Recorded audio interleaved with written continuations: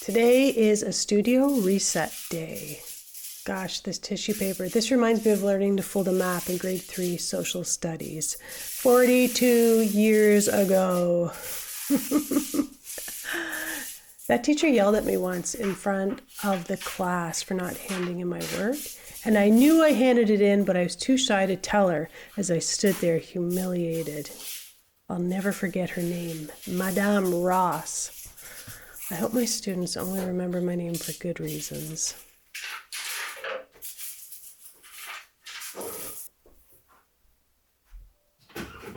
I'm working on something special to share. It's for people like me who still dream about playful imaginary worlds, and it arrives by post. I'm really excited about it.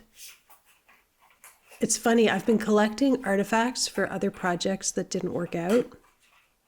I have drawers full of different supplies, papers, envelopes, washi tape. I've also made so much art over the years, and I never knew how to share it. So I guess I've been building this for a very long time without knowing what it was, but it's finally clear to me now. It's going to be in letter form, and I'll share more about it really soon. Speaking of supplies, check these out. My grandparents collected these over decades.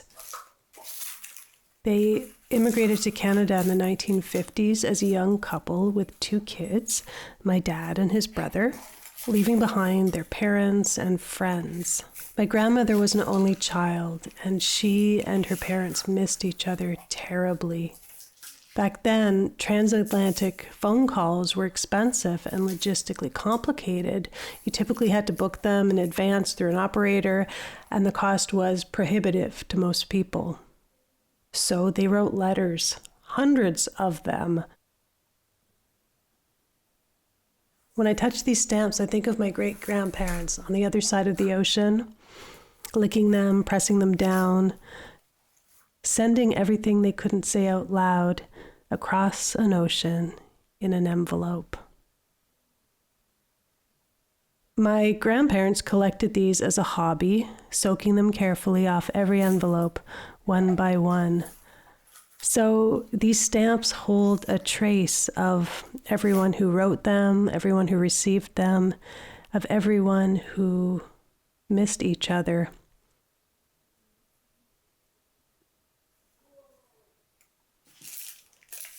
These stamps don't have much monetary value, but I knew to save them for something special.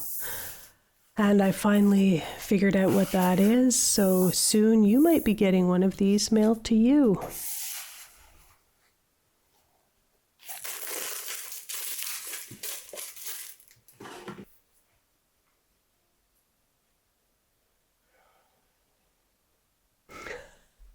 When was the last time I watered my plants, is what I'm saying to myself right there. This is the problem when you don't have a dedicated daily studio practice. Your plants die. But no, I've never killed my plants, but they have often completely run out of water and been dry for, several days or weeks. So, yeah, I'll make sure to come in there about once a month and give everything a good watering, but these ones were desperate. Some of them. I gave up trying to grow cool houseplants, and now I only grow the impossible to kill ones, and I love them. They all have really thick, juicy, shiny leaves, or they're supposed to when you water them, but you can't kill them. So, there's my little guy, my little baby boy. So yeah, look how fantastic these still look, even though they're completely dried out. And the Christmas cactuses still blooming. Can you believe it? They don't care.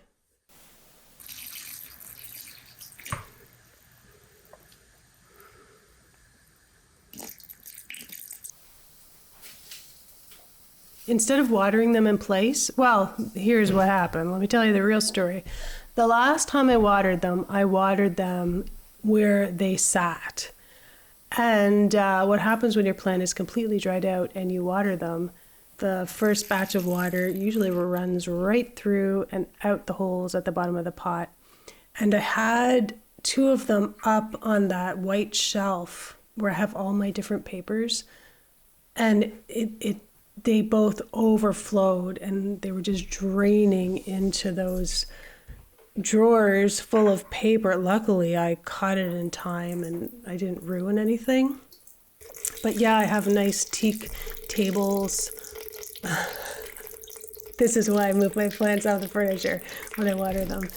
Yeah, I have nice wood tables that they sit on, and I do put them on a piece of plastic, but still, I don't want to ruin that wood. So now from now on, I'm moving them onto this laminate covered table to water them and then put them back. It's a little extra step, but it ends up being a lot less work.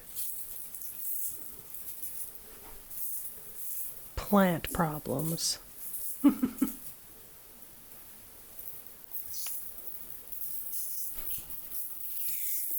Are there any other artists out there who also love houseplants and gardening? I don't know. I bet there are a lot. The two go hand in hand for me.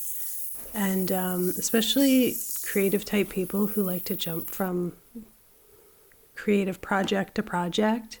I have some years where I just stop making art and, starting in the spring, and I just get obsessed with gardening and spend all my time, hours and hours a day out in the gardens.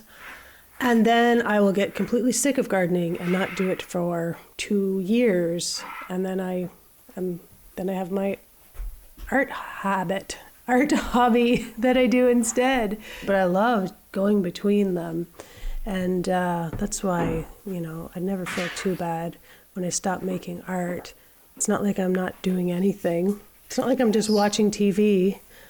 Sometimes I'm doing that too, let's be honest. But yeah, it's always something. I made a fish tank. Oh, I'll show you that in another video. I got obsessed with planted fish tanks recently. That was really cool. Quite happy with my lovely little planted fish tank. Another way to grow plants. But yeah, now I'm back into the art, and now I've incorporated writing, which I've completely fallen in love with, fictional writing. And it involves my art world, and this is what I'm going to share with you. I'm so excited about it, and it's so nice finding another hobby, especially one that doesn't cost any money. Typing, writing, it's great. It scratches that itch for me. And here we go. I cleaned my studio about 5 days ago, and maybe a week ago now that I'm editing it, and I've yet to return to it. But maybe I'll do that today. Thanks for watching. I hope you come visit me again.